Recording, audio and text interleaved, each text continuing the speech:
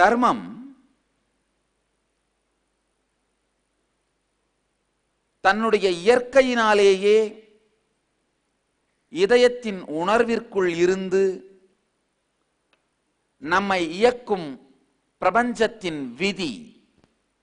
எந்த ஆன்ம சாதனையோ தனிப்பட்ட அறிவோ நுணுக்கமோ தேவைப்படாமல் இயற்கையின் போக்கினாலேயே உங்களுடைய இதயத்திற்குள் இருந்து உங்களை இயக்கும் தத்துவத்திற்கு, வாழ்க்கை முறைக்குத்தான் தர்மம் என்று பெயர்.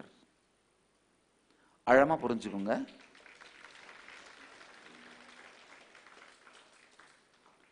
இப்ப யாராவது உங்களை தாக்க வந்தா தானாவே உங்களை தற்காத்துப்பீங்க. அதுக்கு ஏதாவது நீங்க ஸ்பெஷலா தினந்தோறும் 1 மணி நேரம் ஒரு கிரியா பண்ணாதான் யாராவது நம்மளை தாக்க வரும்போது நம்மளை தடுத்துக்கிற அறிவு நமக்கு வரும்னு இருக்கா? இல்ல தினந்தோறும் ஏதாவது ஒரு ஸ்பெஷலான புத்தகத்தை படிச்சு அந்த டெக்னிக்ஸ் எல்லாம் தெரிஞ்சுட்டாதான் நம்மளை காப்பாத்திக்க முடியும்னு இருக்கா? இல்ல. உங்களை காப்பாத்திக்கிற முயற்சியில நீங்க ஜெயிப்பீங்களோ தோப்பீங்களோ அது 2வது பட்சம். ஆனா யாராவது உங்களை தாக்க வந்தா உங்களை காப்பாத்திக்கணும் அப்படிங்கிறது இயற்கையிலேயே உங்களுக்குள் இயங்கும் தர்மம். அதே போல உங்களை காப்பாத்திக்கணும் நீங்க நினைக்கிறதால, உங்களை யாரும் தாக்க கூடாதுன்னு நீங்க நினைக்கிறதுனால மற்றவங்களை தாக்காதீங்க. உங்ககிட்ட யாராவது பொய் சொன்னா நீங்க விரும்புறதில்ல, அதே மாதிரி மற்றவங்க கிட்ட பொய் சொல்லாதீங்க. உங்க பொருளை யாராவது திருடுனா நீங்க விரும்புறதில்ல, அதே மாதிரி மற்றவங்க பொருளை திருடாதீங்க.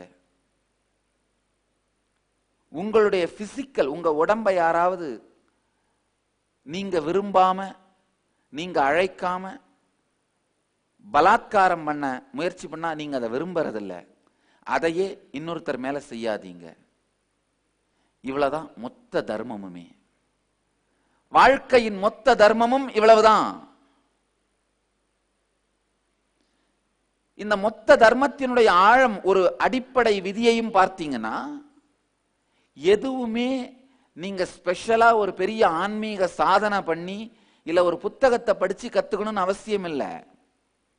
சிம்பிளா உங்களுடைய வாழ்க்கையின் போக்கு. இப்ப பக்கத்துல இருக்கிற திடீர் எந்திரிச்சு உங்களை பழிச்சுன்னு அரைஞ்சாருன்னா என்ன பண்ணுவீங்க? உடனே உங்களை தடுத்துப்பீங்க. இல்ல அந்த தடுக்கிறது எப்படின்னு கத்துக்கிறதுக்காக இப்ப 4 நாள் நித்திய கிரியா யோகா பண்ண அப்புறம் தான் கத்துக்க முடியுமா? கிடையாது. உங்களை உடனே பாதுகாத்துப்பீங்க. இது சுபாவம், இயற்கை. நீங்கள் மற்றவங்க உங்களுக்கு என்ன செய்யணும்னு நினைக்கிறீங்களோ அதை மற்றவங்களுக்கு செய்யுங்க. மற்றவங்க உங்களுக்கு என்ன செய்யக்கூடாதுன்னு நினைக்கிறீங்களோ அதை மற்றவங்களுக்கு செய்யாதீங்க. அவ்வளவுதான் தர்மம். மொத்த தர்மமுமே அவ்வளவுதான்.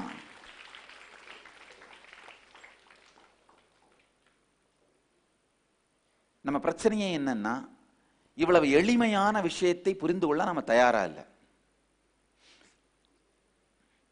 இது ரொம்ப சிம்பிளா இருக்குப்பா. இல்ல இல்ல, இது ரொம்ப எளிமையா இருக்க மாதிரி இருக்கே சாமி, இன்னும் வேற லெவல்ல எடுத்துட்டு போலாமே நம்மள, என்ன இவ்வளவு ரொம்ப எளிமையா. இந்த நித்திய தர்மம் நிகழ்ச்சி தந்தி டிவியில பார்த்துட்டு சில அன்பர்கள் பக்தர்கள் நம்ம என்ரிச்சிங் டெம்பிளுக்கு ஃபோன் பண்ணி ஃபீட்பேக் கொடுத்துருக்காங்க. சாமி எவ்வளோ பெரிய ஒரு அவதார புருஷர், அவர் என்ன லெவல்ல எடுத்துட்டு போகலாம், அவர் என்ன ரொம்ப சிம்பிளா ஹேண்டில் பண்றாரு. நல்லா புரிஞ்சுக்குங்க. கதவு எவ்வளவு பெரியதாக இருந்தாலும் சாவி மிகச்சிறியதுதான். பிரச்சனை எவ்வளவு பெரியதாக இருந்தாலும் தீர்வு மிகச்சிறியதுதான். ஆனா துரதிர்ஷ்டவசமா ஏன் நாம தீர்வு பெருசா இருக்கணும்னு எதிர்பார்க்கிறோம்னா, அப்ப அந்த தீர்வை நான் கத்துக்கிறேன்னு சொல்லி தீர்வை தள்ளி போட்டுக்கிட்டே போலாம் பாருங்க. அதுக்காக தான் பிரச்சனை தீர்வதை நாம் உண்மையில் உள் மனதிலே விரும்புவதில்லை, ஆழ் மனதிலே விரும்புவதில்லை. தினந்தோறும் மாமியாரோட சண்டை போட்டுட்டே இருந்தாலும் தனி குடித்தனம் போறதை விரும்புறதில்லை. ஏன்னா அப்புறம் போர் அடிக்கும். லைஃப்ல ஒரு எக்ஸைட்மெண்ட் இருக்காது பாருங்க. காலையில் எந்திரிக்கும் போதே ஒரு எக்ஸைட்மெண்டோட எந்திரிக்கலாம். யாரோட சண்டை போடலாம், என்னென்ன வார்த்தைகள் யூஸ் பண்ணலாம், எப்படி நம்முடைய வெற்றி கொடியை நாட்டலாம். அதாவது அந்த வீட்டுக்குள்ள ஒரு 4 ஒர்க்கர்ஸ் இருந்தாங்க, ஒரு 10-15 ஃப்ரெண்ட்ஸ் ரிலேட்டிவ்ஸ் இருந்தாங்கன்னா, எத்தனை பேர் மேல மாமியாருடைய இன்ஃப்ளூயன்ஸ் இருக்கு, எத்தனை பேர் மேலெல்லாம் நான் என்னுடைய பவுண்டரியை எக்ஸ்பேண்ட் பண்ணி ஏன் இன்ஃப்ளூயன்ஸ் வெற்றி கொடியை நாட்டுறது. எல்லா டிவி சீரியலுமே இதான் பாருங்க.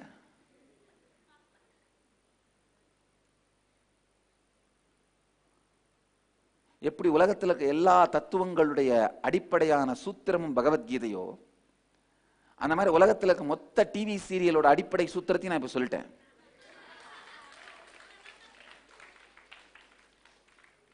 யார் தன்னுடைய எல்லையை விரித்துக் கொண்டு யார் மீது தன்னுடைய வெற்றி கொடியை நாட்டி இன்ஃப்ளூயன்ஸ் எக்ஸ்பேண்ட் பண்ணிக்கிறது.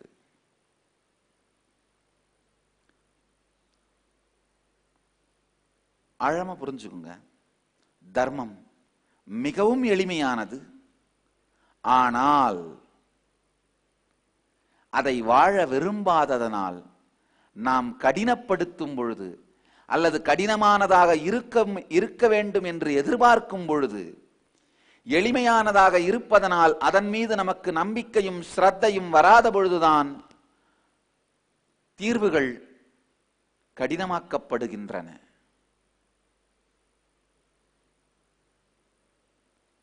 வாழ்க்கையில நீங்க என்ன தெரிஞ்சுக்கணுமோ அதை 1ஆம் கிளாஸ்லயே தெரிஞ்சுக்கிட்டீங்க.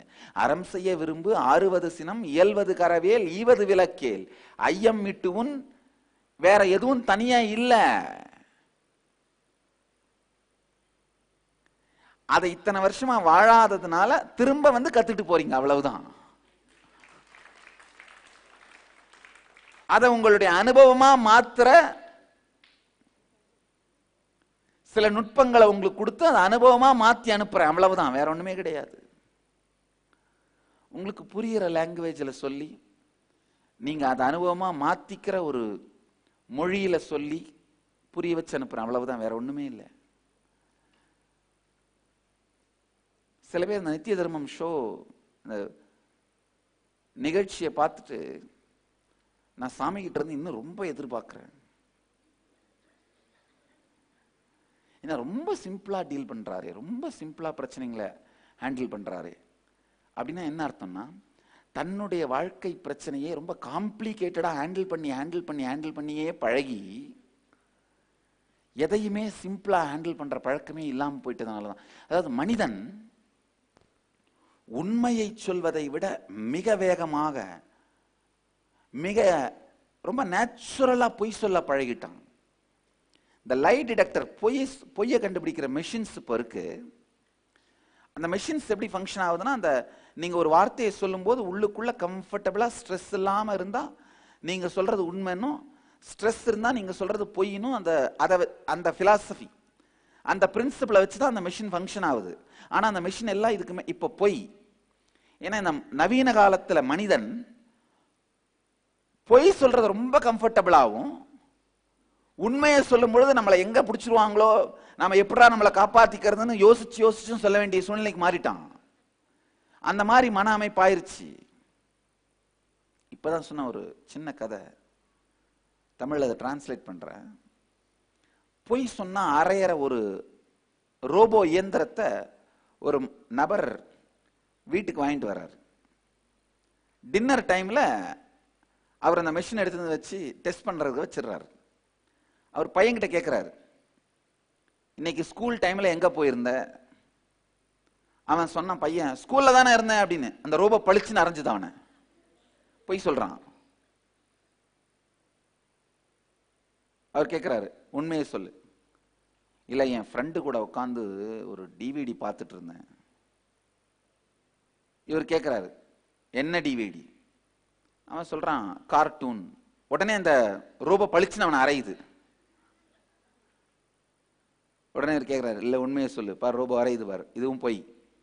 அவன் சொல்றான், இல்ல ஒரு ஆபாச படம். உடனே இவர் கடும் கோபம் வந்து, என்ன தைரியம் உனக்கு இந்த வயசுல ஆபாச படம் பார்த்துட்டு இருக்க? உன் வயசுல எல்லாம், எனக்கு உன் வயசு இருக்கும்போது ஆபாச படம்னா என்னன்னே தெரியாது. அந்த ரோபோ பளிச்சுன்னு இவர் அரைஞ்சிருச்சான்.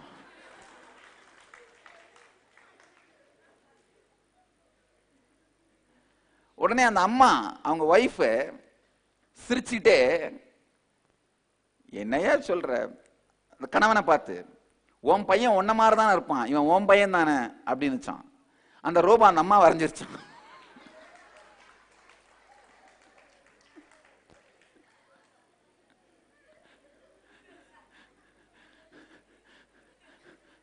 ஆனா ஒரு முக்கியமான விஷயம், இந்த பொய்த்தனம் மற்றவர்களுக்கு செய்கின்ற துரோகம் அல்ல, தன்னைத்தானே அழித்துக் கொள்ளுகின்ற விஷம்.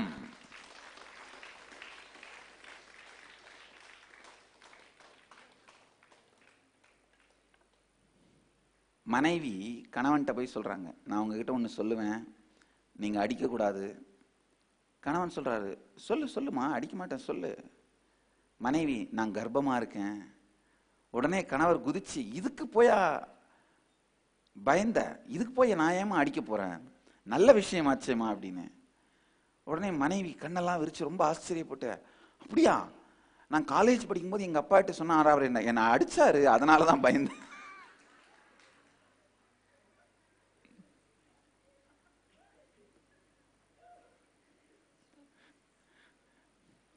வாழ்க்கையோட காம்ப்ளிகேஷன்ஸ்.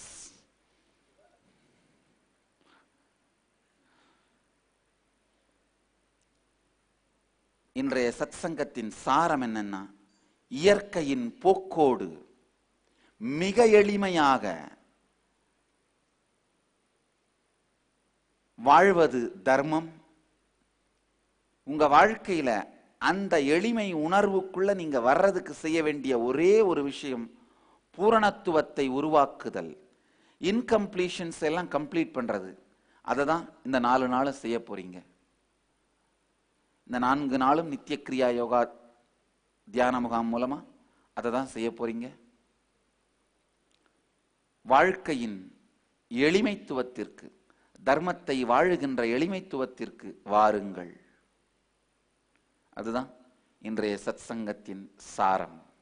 உங்கள் எல்லோரையும் நித்யானந்தத்தில் நிறைந்து, நித்யானந்தத்தில் மலர்ந்து, நித்யானந்தத்தில் கரைந்து, நித்யானந்தமாகிட ஆசீர்வதிக்கின்றேன். நன்றி.